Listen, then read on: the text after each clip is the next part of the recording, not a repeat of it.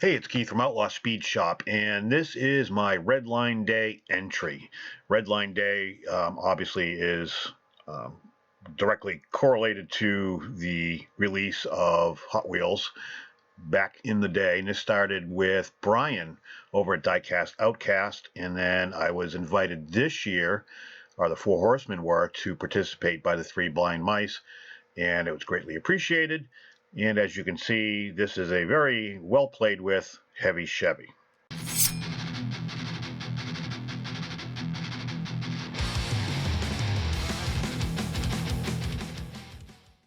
So a while ago, I had got a big jug of Hot Wheels stuff from a friend of mine, and this was part of that stash. I don't do red lines very often, and the old red lines have the rivets different than the newer style, so there's not an easy way to get your drill in, so you have to punch a hole. At least I do, to try to keep my drill centered. So that's what I was doing first, as I punched them out and just cut. I call it a prick punch. Everybody's got a different name for it, I'm sure. And I don't know if I can say prick on YouTube. I don't know. I guess we'll find out. But anyways, that's what I was doing. And then I kind of go in with a small size bit, and what I do is I'll drill down to the point where I'm pretty much hitting the post. That way I have an indentment for when I go to drill them out to tap them. And then I just go to the next size up, and what that does is that pretty much just takes the head of the peened over rivet off and separates it from the base, and just gives you a nice clean separation there. Overall, the base is in good shape. The window is junk. The interior is dirty, but soap and water takes care of that. And this tends as with most builds of mine, this kind of took a different path. So I stripped it, and now I'm going to use my brass wire brush to kind of clean it up and see what I'm dealing with. And based off the way the paint was chipped off originally, I wasn't expecting much, and I wasn't disappointed. It was a lot worse than I thought. And you'll see as I go through this. Right now I'm just kind of picking some paint out of the little areas I couldn't get with the brush, and then I'm going to Scotch-Brite it, and then I'll have a clean surface to work with. But based off the way the paint was, I knew there was going to be some toning. This turned out to be worse than I expected, and you can't see it on the video. I do try to show it, but you can't see it. And at this point, I'm kind of hoping and praying that it'll still, it'll come off. So I'm just going to go through the motions anyways, just to see what I've got. So after doing that, I'm going to try wet sanding some of it off. And I'm just using, 1,000 grit. I'm not going crazy right now. I do have a zinc plating system. I don't have time to set it up and use it. So I knew I was probably going to have to change direction, but I was kind of hoping. So I got my Flitz polish, and I'm going to just one last ditch effort. Again, you can't see it. I wish I could show it better on the video. The camera just doesn't pick up the toning that's there. It's mainly on the sides, and then on the front top where the windshield meets the roof.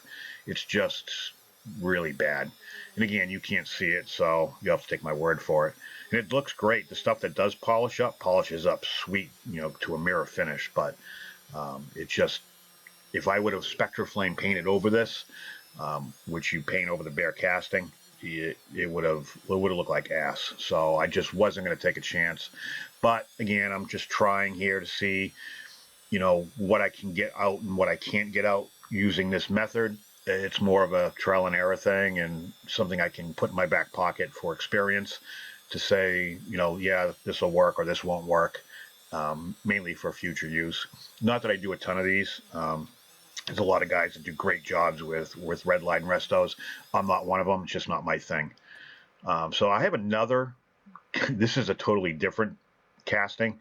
While I was at it, I took this one apart, and that's the Micro Surfacer 1000 primer that I'm using. But I took this other one apart, figuring I could use some pieces parts for another build down the road. That was the base off of the other car. There was no axles to it. I'm going black, and I did that because Obviously, I can't Spectra Flame paint this. Neither casting, to be honest with you. However, I've always wanted, and I just think one of the meanest looking cars is a 69 Camaro RS blacked out. Black grille with the hidden headlights, 396.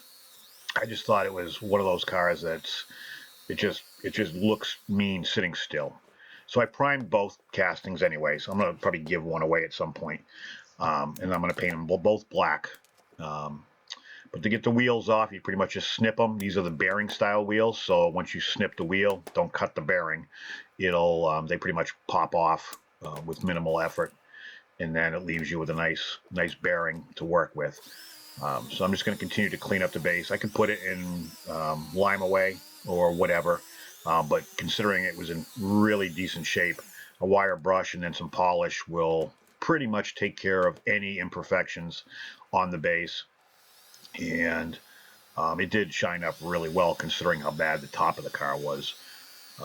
It's interesting when you do these old red lines, especially when it's all original, to speculate, how good it was played with and how it was stored, and I don't know. I just like the history of these.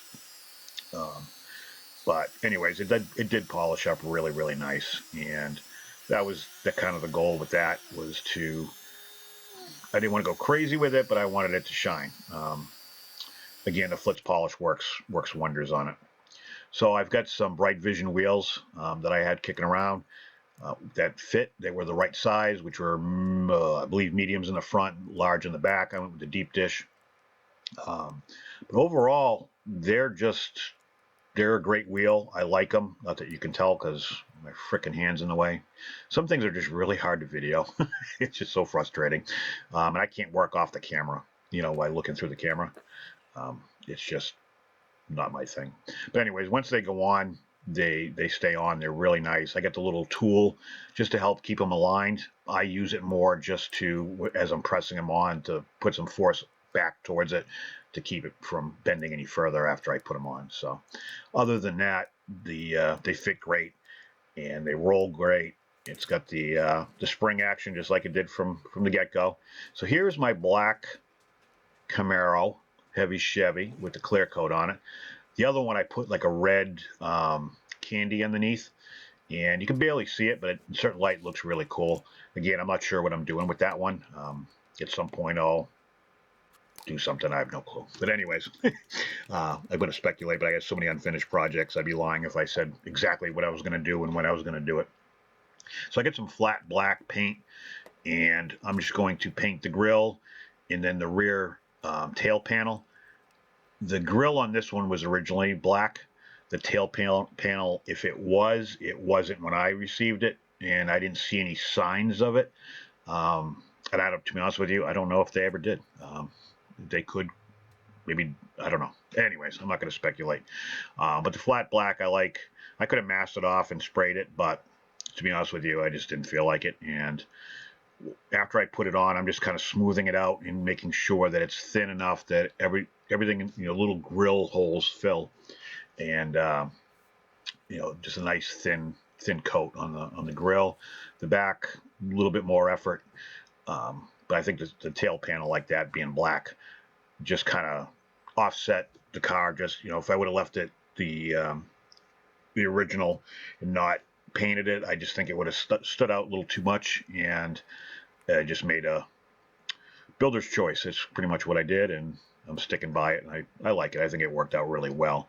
But the whole spirit of this, with everybody picking a red line and doing it, it's nice to see all the builders pitch in and help restore or customize or whatever they're going to do, and show appreciation for me at least, what got me into, back when I was 7 years old. I got into Hot Wheels and fast cars and hookers and crack and all that. But anyways, I just, where I'm going with that. It's just nice to show appreciation for what we all were into. And it started with these red lines, and Hot Wheels built a pretty good legacy off of them. So I've always loved the spoiler series.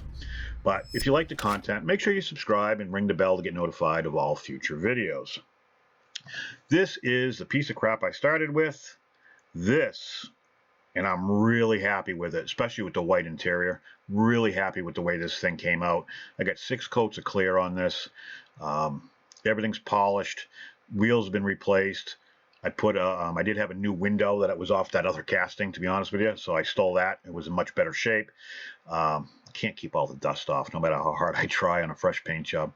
But this really came out, I think, awesome, and I'm very, very happy with it.